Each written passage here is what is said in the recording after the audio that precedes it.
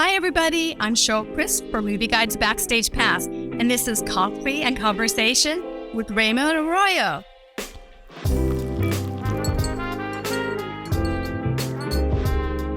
Good morning. How are you? Hi, Raymond. Thanks for joining us. Great to see you.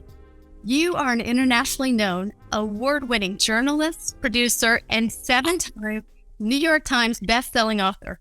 Raymond, did you always want to be in television? You know, I had the theater bug early on as a kid. I acted in plays throughout high school and then into college. I studied theater in college, but I also studied journalism. I minored in journalism. It probably shows. So that was always in my blood, not television necessarily. But when I look back, storytelling. It's all really storytelling. And a woman I trained with, Stella Adler, who was my acting coach and kind of a legendary figure. Stella used to say, you stand on the platform to remind humanity of itself. And I think in some ways that's not only what I do in my television life, but it's what I try to do also in my writing life. It's about reminding us who we're called to be, and to put lives well lived, I think, in the forefront, whether fictional lives or real lives, in the case of what I'm doing now. Raymond, what were you like as a little boy? Have you always had such a strong faith? Well, I always had a faith. I grew up in a Catholic family, and I'm from New Orleans. And, you know, I always say even the Protestants are Catholic here in New Orleans. What I mean by that is, stay with me. What I mean by that is there is a liturgical rhythm in the city of New Orleans in that we have these big festivals, St. Patrick's Day and Mardi Gras and Easter and Valentine's Day. All of these events, they're not just something you mark at church. They're huge festivals that everybody kind of gets wound up in and ground up in. And it's a physical kind of visceral communal appreciation of these days, particularly these feast days. And it's the way we mark time, and I think mark our time together. So yes, I've always had my faith. Of course, in your teenage years, you question, and then in college, you question. But I never left my faith. I always had it, and it's deepened over time. That's so wonderful. You have a very successful television career. You're a founding news director and lead anchor for EWTN News. And EWTN is a Catholic cable TV network. You are seen in more than 350 million homes around the world each week. You established EWTN News and have hosted The World Over Live for 30 years. And you've been a regular on CNN and Fox. Raymond, why is it important to you to share your faith and your gifts from God? Well, look, I think we all have gifts that we're given, and we're sent here for a particular purpose. The woman who founded EWTN, Mother Angelica, who I've written a lot about, people probably know her. She's the kind of chubby nun with the old habit. You can't miss her if you have a television. And Mother used to say, we are here for a particular purpose at a particular time. God has chosen you from all humanity to do him a particular service. And she used to say, you have all eternity to be with him, but you have a little bit a small amount of time to do something for him. So get cracking. And I guess that's kind of always animated my, my work, my life. I do think we all have a calling. We all have a reason for being, and God has given you particular gifts, and it's your obligation not to use those gifts for your own aggrandizement, but for the good of others, and to lift everybody's spirits, and to call them to whatever that gift is. Look, my grandfather had a gift for culinary. He was a restaurateur. He had his restaurant. His gift was bringing people together and feeding them, which was almost a communal act. I know people who are makeup artists. Their gift are making people look a heck of a lot better than they should look, maybe. My gift is talking to people, getting them to tell me things they otherwise wouldn't. And storytelling, dramatically kind of elevating things, and hopefully doing so in with a joyous edge and spirit that doesn't drag people down at the end of the day. At least that's what I try to do. Raymond, you're the author of a brand new children's picture book series called Turnabout Tales. Yeah. And the first book is The Unexpected Light of Thomas Alva Edison. And your first book in this series shines light on Thomas Edison, the inventor of the light bulb. What is a Turnabout Tale and why Thomas Edison? Well, Cheryl, I have read so many biographies. I write biographies. I've written them for adults. I've read so many to my children, to classrooms I visit, having written for kids. They get really bored if you read them a biography from, womb to tomb. It's almost too much for them to take in. And let's face it, all of us have very small attention spans these days. Thank the phone for that. We should drink more coffee and use less phone. But, so I devised this idea as I was thinking, how can I preserve these really important historical lives and bits of history that have been lost that I think we still need, frankly, Cheryl. And so I thought, let's use the framing of a turnabout tale. And all a turnabout tale is this. Our little motto is challenges faced, paths altered, history turned, because we all have turnabout tales, a moment of crisis in our life where a decision is made. And in that decision, it's not a setback. It's not an obstacle. It ends up being the pathway, the portal to the life you're supposed to live and to the gifts you're supposed to use. So I wanted to kind of remind young people, my own children, myself, that setbacks are not the end. Sometimes setbacks are the beginning. And in this turnabout tale with Edison, and it's really, I have a whole list of them, and I've already written 3 of the books, but the first one was the Edison story. And I was reading one of these huge biographies of Edison, and I came across a line near the back where it said, "My mother was the making of me. She allowed me to pursue my bent, and her faith and her belief in me at a critical time in my life. Had that not been present, I might never have been an inventor." And I thought, wait a minute, what happened with the mother? So I started looking. It turns out Nancy Edison, and if you look at the cover of my book, children always ask me, who's this ghost lady over here? Well, that's kind of not a bad way to think of her, because she has been something of a ghost lady in Edison's life. We don't talk about Nancy Edison at all. But it is about when Thomas Edison, in 2nd grade, was registered in a school. His family had just moved to Port Huron, Michigan. He spends about 3 months in school, and the professor says he's addle-brained and cannot be taught. Now, chances are, Cheryl, today he would have been diagnosed with ADHD. A lot of his biographers think that's probably what Edison had. He goes down to his mother, breaks down in tears and says, they say, "I can't be taught." She drags him back to school and says, "I'm pulling him out of this school. He has more intelligence than even you," she tells the professor. And she tells him, "I'm going to homeschool him myself." And she does. That is the last formal schooling that Thomas Edison ever received.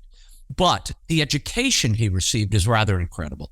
And I thought, I don't know why, frankly, Thomas Edison is not the patron saint of homeschoolers. This is the man who, the mind of this guy, who created the phonograph and the alkaline battery and the microphone we're using right now, the motion picture camera. I can go on and on. The light bulb, the electric grid, the first electric car. None of this would have been possible. And Edison himself said it repeatedly, were it not for the faith and the devotion of his mother, who was the only one who really believed in him. So I thought the story of this inventor is so interesting, but the young story of Thomas Edison, how he came to be Thomas Edison, is more important, I think, than what he actually created, because we can learn lessons from the founding of that inventor, the nurturing and the love and the devotion that went to making him the great inventor he would become. I think we get lost in the great heights he scaled, the Edison lab and the light bulb and the filament. That's too high, I think, too far from our experience. But the importance of every parent and the importance of adjusting education to fit and suit your child is, I think, the lesson of this Turnabout Tale, this unexpected light of Thomas Alva Edison. How important do you think it is to have mentors in your life, family members, a mom, just family, and, the network of family in our lives to bring out our own light? Well, I think it's critical. And I'll tell you 2 quick stories. One is Edison's. Edison said, "My mother's training never left me." And when I dug into that, I realized she taught him how to read deeply. She gave him the classics of literature, and she gave him the scientific journals and journals on electricity and manuals on electricity that would feed his passion.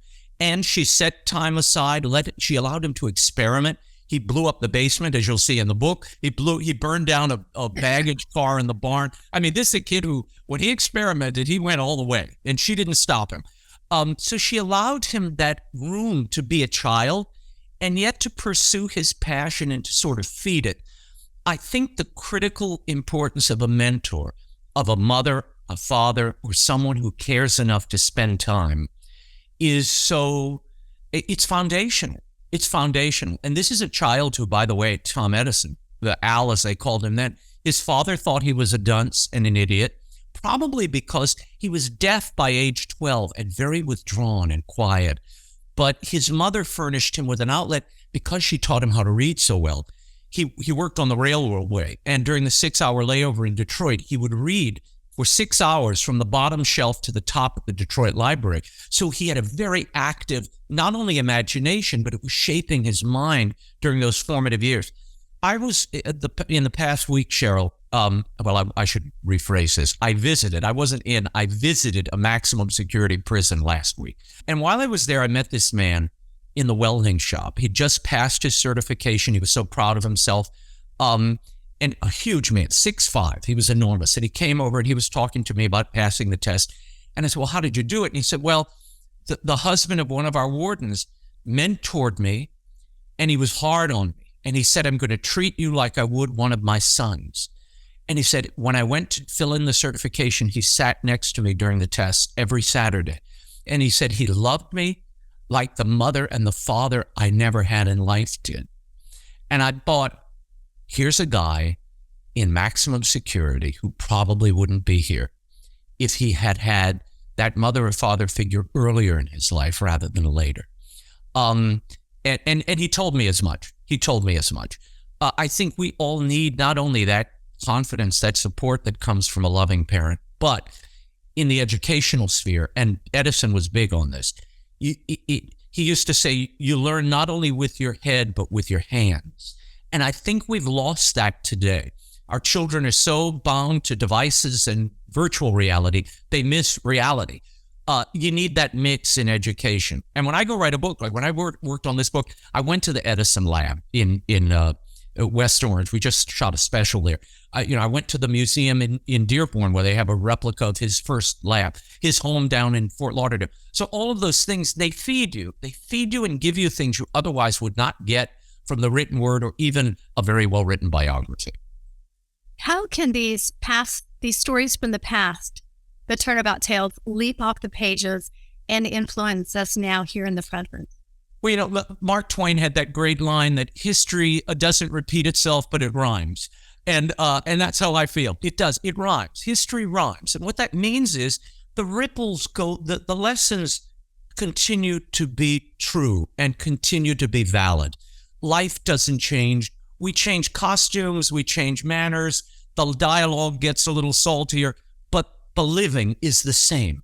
And I thought, when you've got a man who, a century later, a child who was dismissed, written off as an idiot, was loved enough by his mother who saw his curiosity and his spark, and that spark continues to burn a century later. We are using the things Edison created now, the microphone and the lights around us.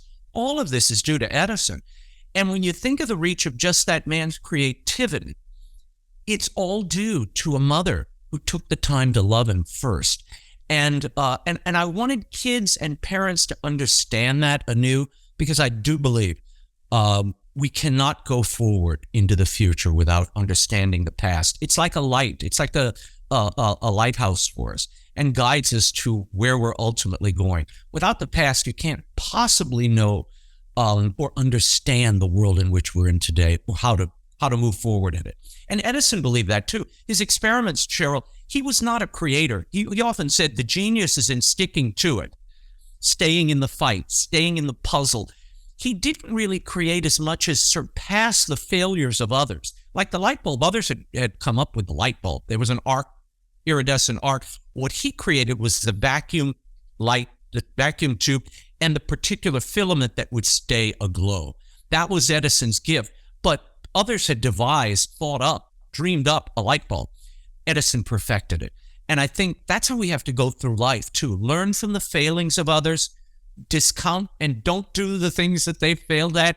Find something new, find your own path, and maybe you'll get to a better destination. That persistence is so important. I agree. Raymond, you've been married to your wife, Rebecca, for 28 years, and you have 3 children. Talk about persistence. Exactly. He's got a lot of it, yeah. How important is it for parents to nourish their children's hearts, minds, and souls?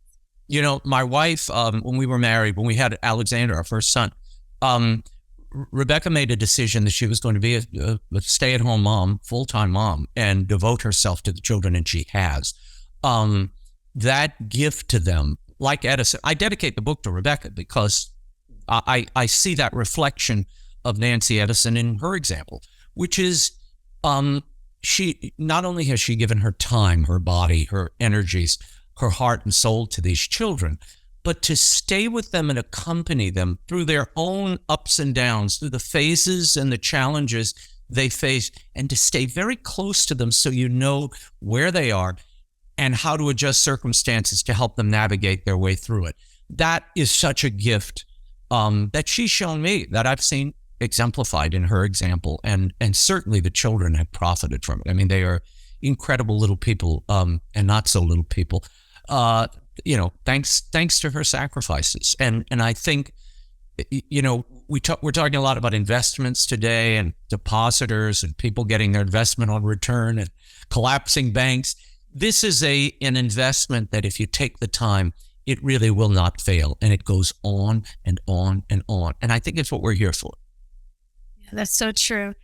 Raymond, our children are being raised in such a confusing world. We're told that what's truth is a lie, and what's a lie is truth.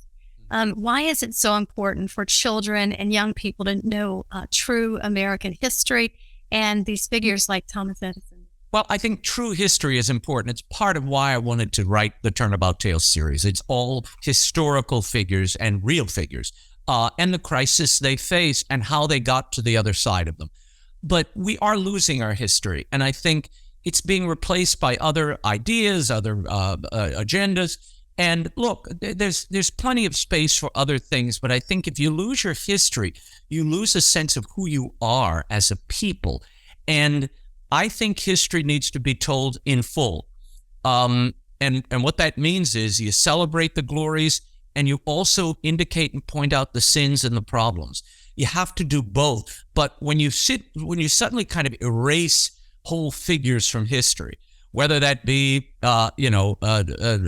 Thomas Jefferson or Lincoln or whoever, you miss a huge, complex part of the human and American experience. And I worry we're doomed to repeat the sins because we don't want to confront them, or we don't want to celebrate the glories that happen side by side with some of those problematic periods. It all has to be taken as one, and we can't judge the past by the present. That's always a bad idea, Cheryl, and I try not to do that in my work. Absolutely. Raymond, as Christians, we are called to be the light in a darkness. For my last question, do you have a favorite Bible verse, or can you leave us with some words of encouragement? Cheryl, my favorite Bible verse, and it kind of encapsulates a lot of my work, whether it's Mother Angelica or Will Wilder, a fictional character, a child with special gifts I've written about, it's a fantasy, or Edison and all the figures I'll touch on in the Turnabout Tales.